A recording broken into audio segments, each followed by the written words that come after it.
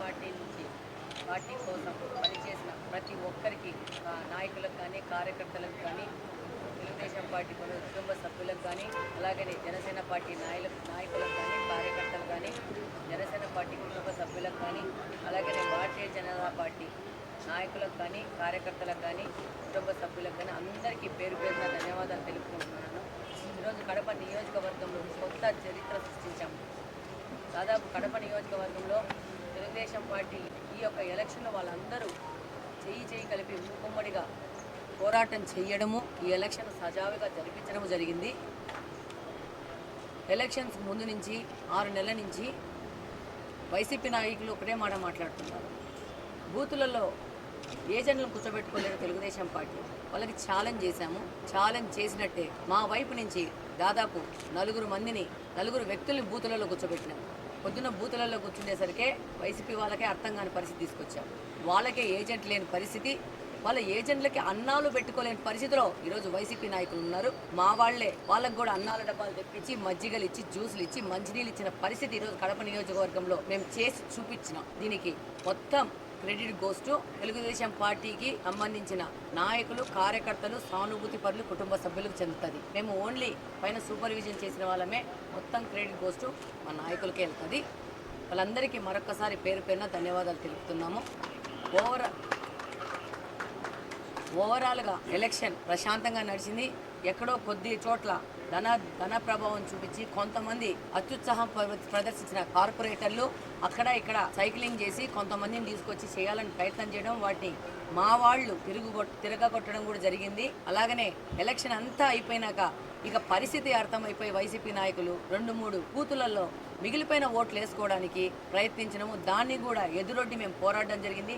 నేను ఒక దాంట్లో కటిక వీధి దగ్గర ఉన్న బూత్లోకి వెళ్ళాను. వెళ్తే వాళ్ళు 6 గంటలు అయిపోయినా కూడా ఓటర్లను పిలుచుకొచ్చుకొని లోపలికి వేసేసుకొని 1 సైడెడ్ ఓటింగ్ జరగాలని మా వాళ్ళని బయటికి దొబ్బేసేసేసి చేయాలన్న ప్రయత్నాన్ని వాళ్ళు విఫల ప్రయత్నం చేయడం జరిగింది. దాన్ని తిరగొట్టడం కూడా జరిగింది. ఎమ్మెల్యే గారు వచ్చి అంటారు బూతులలోకి వచ్చి, ఏ మొగాడు ఉన్నాడో నన్ను ఆపేవాడు అని చెప్పేసి, ఏ మొగాడో రమ్మని. అయ్యా బాబు, నేను మొగోడిని కాదు, ఓపెన్గా ఒప్పుకుంటున్నాను. నేను ఒక మహిళని, ఆడ మనిషిని. నీకేమైనా నీ మొగతనాలు చూపించుకోదలుచుకుంటే పోయి జంక్షన్లోకి పోయి చూపించుకో. పోలింగ్ బూతులలో చూపిస్తే మాత్రము దానికి తగిన శాస్త్ర అయితే చేస్తాం. బూత్లో పోలింగ్ జరగాల, పోలింగ్ మాత్రమే జరుగుతుంది. మీ మొగతనాలు పోలీస్ స్టేషన్లకు ఎక్కండి, అసెంబ్లీలకు ఎక్కిన 5 సంవత్సరాలకు ఎక్కడ ఎక్కలేదు, చూపించుకోకూడదు ఆడ మీ మొగతనాలు. ఎవరి ముందు మాట్లాడుతున్నావు ఇలాంటి బేకారు మాటలు? ఆడోళ్ళ ముందు మాట్లాడుతున్నావా?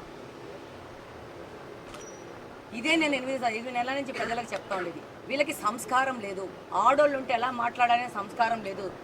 సంస్కారహీనులు వీళ్ళు. 10 సంవత్సరాల నుంచి వీళ్ళని ఈ సంస్కారహీనులను ఈ స్థితికి తీసుకొచ్చిన కారణము మనము రాంగ్ ఓటింగ్ చేయడమే. ఇది ప్రజలు కూడా తెలుసుకున్నారు. ఈ ఎలక్షన్లో వాళ్ళని తిరస్కరించడం కూడా జరిగింది. ఇంకా ఏమీ చేయక మళ్ళా నేను అక్కడి నుంచి వచ్చేసాక మళ్ళా లాల్బడిలో గౌస్ నగర్లో దౌర్జన్యాలు చేయడము, గౌస్ నగర్లో మరీ రాళ్ళు తీసుకొని కొట్టడం ఏంటి? దాదాపు మేము చెప్తూ ఉన్నాము, మేము అక్కడ లేము కానీ మేము విజువల్స్ కానీ మా వాళ్ళు చెప్పిన మాటలు నేను చెప్తున్నాము. రాళ్ళు తీసుకొని కొట్టడం ఏంటి? మేము ఇదే చెప్తున్నాం చాలా రోజుల నుంచి.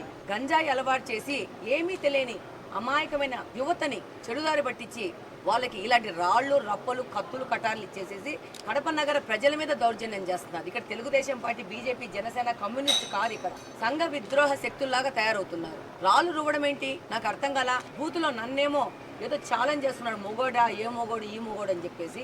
బయట చూస్తే గౌస్ నగర్లో రాళ్ళు తీసుకొని, ఆ వీడియోలు చూస్తే తెలుస్తుంది, రాళ్ళు తీసుకొని ఇంత లావు తీసుకొని కొడితే మామూలుగా ఎక్కడి నుంచో పోతున్న సామాన్యులు, ఆ దారిన పోతున్న వాళ్ళ మీద రాళ్ళు దొరికి వాళ్ళు ఇంజూర్ అవ్వాల్సిన పరిస్థితి. దీన్ని ఈ రోజు ఎలక్షన్స్ అయిపోయినాయి. నేను ఎలక్షన్ ఉద్దేశంలో నేను చెప్పట్లేదు, అయిపోయింది, ఎలక్షన్ పోరాటం అయిపోయింది. కానీ ప్రజలందరూ దీన్ని ఒకసారి ఆలోచించాలి. మళ్ళా ఇలాంటి వాటికి నగరంలో ఎవరు చేసినా కానీ దీనికి ప్రోత్సాహం ఇవ్వకూడదు, ఎంకరేజ్మెంట్ ఎవరు ఇవ్వకూడదు. నేను నార్మల్ పబ్లిక్కి ఒక నార్మల్ సిటిజన్ లాగా అడుగుతున్నాను. నేను ప్రతి ఒక్కరు దీని మీద ఆలోచన చేయాల్సిన అవసరం ఉంది. మన కడపను శాంతియుతంగా చేసుకోవాలి. డిఫరెన్సెస్ ఆఫ్ ఒపీనియన్స్ ఉంటాయి, నేనేం కాదనట్లేదు, కానీ చర్చల విధంగా చూసుకోవాలా.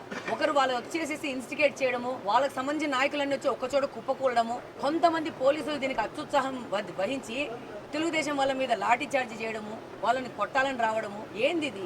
ప్రశ్నించాలా. దీనికి ఇక్కడికి ఈ 2024 జరిగిన ఈ ఎలక్షన్తో చరమాంకం వీరికి ఎండ్ చేసేసి మనం కొత్త కడపను నిర్మించుకోవాల్సిన అవసరం ఉంది. ఎలక్షన్ లేదు అయినా కానీ నేను అదే మాట అప్పీల్ చేసుకుంటున్నాను. నేను అదే మాటకే కట్టుబడి ఉన్నాను. డెఫినెట్గా మనం కొత్తగా కడపను తీసుకొని ఎవరు రోడ్ల మీద పోయినా కూడా వాళ్ళకి శాంతియుతమైన వాతావరణం మనం క్రియేట్ చేయాలి, ఆ విధంగా ముందుకు తీసుకుపోవాలని చెప్పి ప్రతి ఒక్కరిని కోరుకుంటున్నాను. మరొకసారి జనసేన, బీజేపీ, తెలుగుదేశం పార్టీ కార్యకర్తలు, నాయకులు, సానుభూతి పరులు అందరికీ ప్రజాస్వామ్యం కావాలనుకున్న వాళ్ళందరికీ కృతజ్ఞత తెలియజేసుకుంటున్నాను. కడప లాంటి ప్రదేశంలో చాలా ప్రశాంతంగా దాదాపు 6 గంటలు అయిపోయినాక చెదురుమదులు సగంటలు జరిగినాయి, కానీ 6 గంటల వరకు మాత్రము వీలైన కాడికి మేము 99.9% సక్సెస్ అయినామని నేను అనుకుంటున్నాను. అందరికీ ప్రతి ఒక్కసారి మీడియా మిత్రులకు కూడా అందరికీ ధన్యవాదాలు. మీరు కూడా చాలా యాక్టివ్ రోల్ ప్లే చేసి ఎక్కడికక్కడ ఏదన్నా జరిగినా కూడా వాటిని తీసుకురావడము, మీ వల్ల కూడా భయపడి ఈ వైసీపీ అల్లరి మూకలు అనే వాళ్ళు కంట్రోల్ అవ్వడం జరిగింది. డెఫినెట్గా పోలీసులు కూడా దాదాపు 95% పోలీసు వాళ్ళు కూడా చాలా న్యాయంగా వాళ్ళు డ్యూటీ చేసినారు. వాళ్ళకు కూడా ధన్యవాదాలు తెలియజేసుకుంటున్నాను. అలాగనే పోలింగ్ బూత్లో ఉన్న పీఓలు కానీ, పోలింగ్ ఈ ప్రొసీజర్లో పార్టిసిపేట్ చేసిన అధికారులకు కానీ, టీచర్లకు కానీ, ఎంప్లాయీస్ కానీ, కార్పొరేషన్ ఉద్యోగులకు కానీ, ఈవెన్ అంగన్వాడీలు, ఆశా వర్కర్లు కూడా ఎంతో బాగా అడుండి చేసినారు. ప్రతి ఒక్కరికి పేరు పేరున ధన్యవాదాలు తెలియజేసుకుంటున్నాను.